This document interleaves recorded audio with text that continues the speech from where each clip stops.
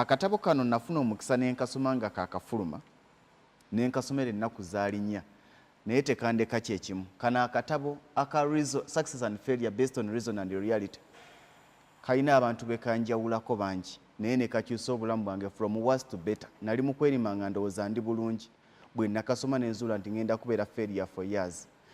Bwe nsoma akatabo kano nakasomera ennaku zaali 5 naye chapter eye-10 African Reason oyina wawandika kugamba nti reason is one's ability to critically analyze, make a deep assessment and mind adjustment. Reason nawandika omanya akatabo ako nakawandika munaku 7 ate nakawandika mu pen ate nakawandika as a personal opinion. Kyovola buli page mbeeramu buli after chapter nawandika this is a personal opinion which may be a fact or not depending on the reasoning capacity of the reader. Now the sinafunayo muntu anchallenge yakugenda wandika.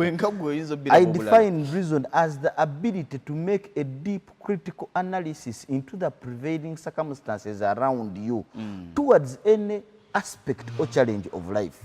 Kitegeeza ki obwo obusobozi bw'okwata obwongo bwo n'obwadressinga ku kizibu ekikuli maaso nga we kiri mu bulambulu kufuna mu bujjuvu bwakyo n'osobola okufuna a corresponding solution ku kizibu ekyo n'oterimba. Kyova olaba nabagamba nti n'ogenda ow'omusawo okujjanjaba asooka nakkebera wakkebera n'ategeera obulwadde obukola ki obukuluma then n'alyoka akola ki akujjanjaba. Omusawo tasobola kutandika kukuba ddagala nga tanategeera bulwadde bukola ki.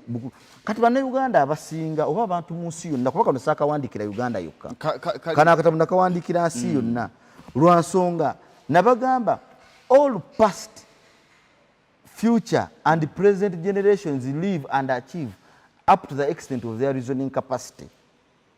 Kitegeera kati tosobola kufuna solution ya kizibu kikulemye kukola ki kuzuula kutegeera. Olina okusooka n'otegeera ekizibu n'otegeera obuzito bwakyo n'ogamba nze lugonvu ndi wano ki ekinnuma nti bwavu tinaye obwavu oba bunuma kiki ensobola obukolera ati ekivunula obwavu eddagala lyabwo kukola nti kati nkoze eki nenziramu nenga nti ekivunula obwavu eddagala lyabwo kukola naye nkoze emyaka 10 noga nepibye nyinamu sente meka nti miliyoni 2 n'otagamba nti jagala kukola omulimu gwa miliyoni 10 noga miliyoni 2 zikola ki n'otandikirako kikyokola ki kyoyina n'ogamba yi wensuubula wano emmotoka y'amanda ningenda nenjikima wali ekibuga wenjituusa mu kibuga bampa meka n'otagamba nti alevo yange tetunda ki tetunda manda kuba miliyoni 2 z'oyina bwe busobozi bw'oyina era kyosobola okukola ki.